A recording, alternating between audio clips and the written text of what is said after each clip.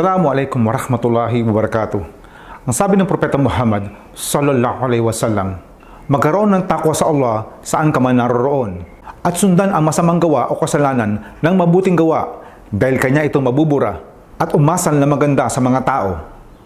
Tunay ako naniniwala na kapag araw-araw natin isabuhay ang hadith na ito, lalaki ang ating pag-asa na makapasok sa Jannah na walang kaparusahan sa kabilang buhay sa awa ng Allah. Sa hadith na ito, makikita natin ang malawakang utos ng Allah tungkol sa kanyang karapatan at sa karapatan ng mga tao.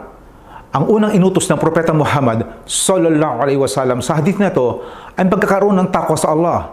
Ito ang tungkol sa karapatan ng Allah subhanahu wa ta'ala at ang obligasyon natin sa Kanya.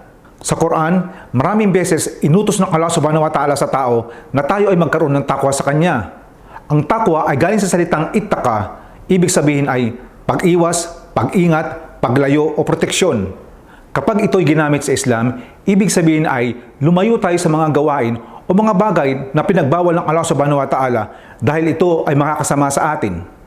Pakinggan po at intindihin na mabuti ang magagandang salita ng isang matuwid na khalifa, si Umar bin Abdul Aziz, tungkol sa takwa.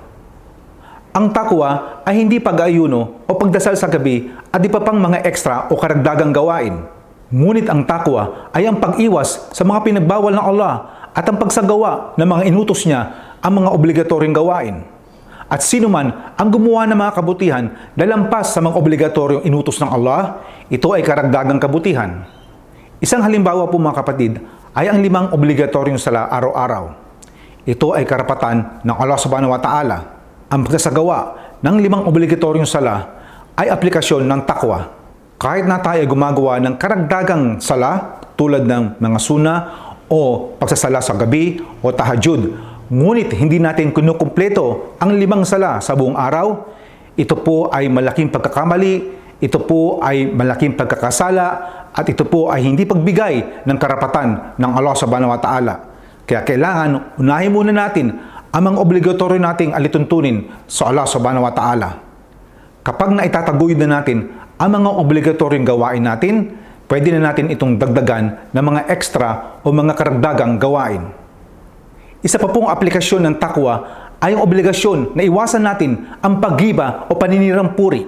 Kahit na po tayo ay nagsasagawa ng ekstra o karagdagang gawain tulad ng zikir, ngunit tayo ay nagigiba, naninirang puri, ang ating ekstrang gawain ay nababaliwala dahil kailangang unahin muna natin mga kapatid na iwasan ang malaking kasalanan ng giba o paninirang puri bago tayo mag-concentrate sa pagdidikir. Sinabi din ni Umar bin Abdul Aziz, marami ang nagpapayo tungkol sa takwa, ngunit konti lang ang nagsasagawa nito. Sangayon sa hadith, ang takwa ay dapat lagi nating taglay, nasaan man tayo. Tayo man ay nasa bahay, nag-iisa, nasa publiko, nasa trabaho, nasa kalye, nasa sasakyan, at kahit anong posisyon natin sa buhay. At ang importante mga kapatid, iduan natin sa Allah subhanahu wa ta'ala na tayo ay bigyan niya ng takwa. Dahil ang Allah lamang ang magagabay sa atin na magkaroon ng takwa sa Kanya. Ang sabi nga ng Allah sa Quran, ang ibig sabihin, at ang may mabuting wakas ay para sa may mga takwa sa Allah.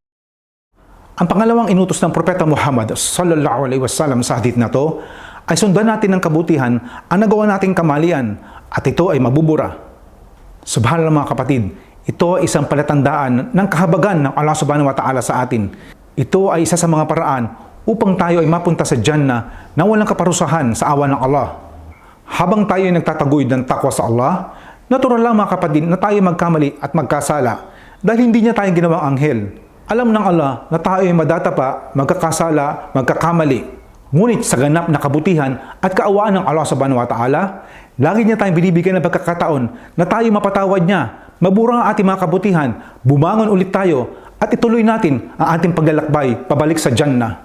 Kaya importante mga kapatid na ugaliin natin na kapag tayo nagkasala o nagkamali, agad sundan natin ito ng kabutihan.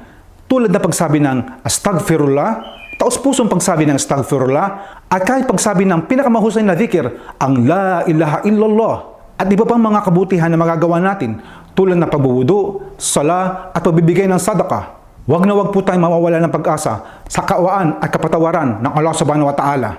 Paalala lang po mga kapatid na ang mga kasamaan na nabubura ng mga kabutihan na ito ay ang mga maliliit na kasalanan. Importante po na umiiwas tayo sa mga major sins o malalaking kasalanan. Kung ang nagawa naman natin ay isang malaki o major na kasalanan, may mga extra po tayong dapat gawin. Una ay taos-pusong pagtauba o pagsisisi. Pangalawa ay paghingi ng tawad sa Allah subhanahu wa ta'ala. Pangatlo ay pagtigil sa paggawa ng major sin o malaking kasalanan na ito at intensyon na hindi nabalikan ito. Pang-apat, paggawa ng maraming kabutihan. At panghuli, kung meron tayong naaping tao, kailangan humingi tayo ng tawad sa kanya at ibalik natin ang karapatan na kinuha natin sa kanya. Kaya dapat po lagi tayong magpatuloy at magsikap na mas maging mabuting mananampalataya ng Allah subhanahu wa ta'ala hanggang tayo ay kunin niya. At ang pangatlong payo ng Propeta Muhammad sallallahu alaihi wasallam sa hadith na to, tayo ay magkaroon ng magandang asal o magandang pag-uugali sa mga tao. Tulad ng nasabi ko sa una, ang hadith na to ay tungkol sa karapatan ng Allah at karapatan ng mga tao. Itong pangatlong payo ng Propeta Muhammad sallallahu alaihi wasallam ay ang karapatan ng mga tao. At kung tutuusin mga kapatid, ito po ay bahagi ng takwa sa Allah. Ngunit sabi nga ng mga ulima, merong wisdom o karunungan kung bakit sa gabay ng Allah subhanahu wa ta'ala, hiniwalay ng Propeta Muhammad sallallahu alaihi wasallam ang pagkakaroon ng magandang asal sa mga tao bilang bahagi ng takwa. Marami pong may maling pag-intindi sa takwa na kala nila ito ay tungkol lamang sa karapatan ng Allah. Ibig sabihin, kung masama ang ating ugali o ang ating asal sa mga tao, merong diferensya ang ating takwa sa Allah. Hindi kumpleto o maganda ang ating takwa sa Allah. Halimbawa, kumpleto ang ating 5 obligatoryong sala araw-araw. Ito ay karapatan ng Allah. Ngunit paglabas ng sala, nandadaya tayo sa ating business, sa ating trabaho, at masakit tayo magsalita sa ating pamilya, lalong-lalo na sa ating asawa. Ito po ay palatandaan na may diferensya ang ating takwa dahil hindi maganda ang ating asal sa mga tao. Tandaan po natin at isabuhay natin ang magagandang salita ng Propeta Muhammad sallallahu alaihi wasallam tungkol sa mananampalataya o Muslim na may magandang pag-uugali.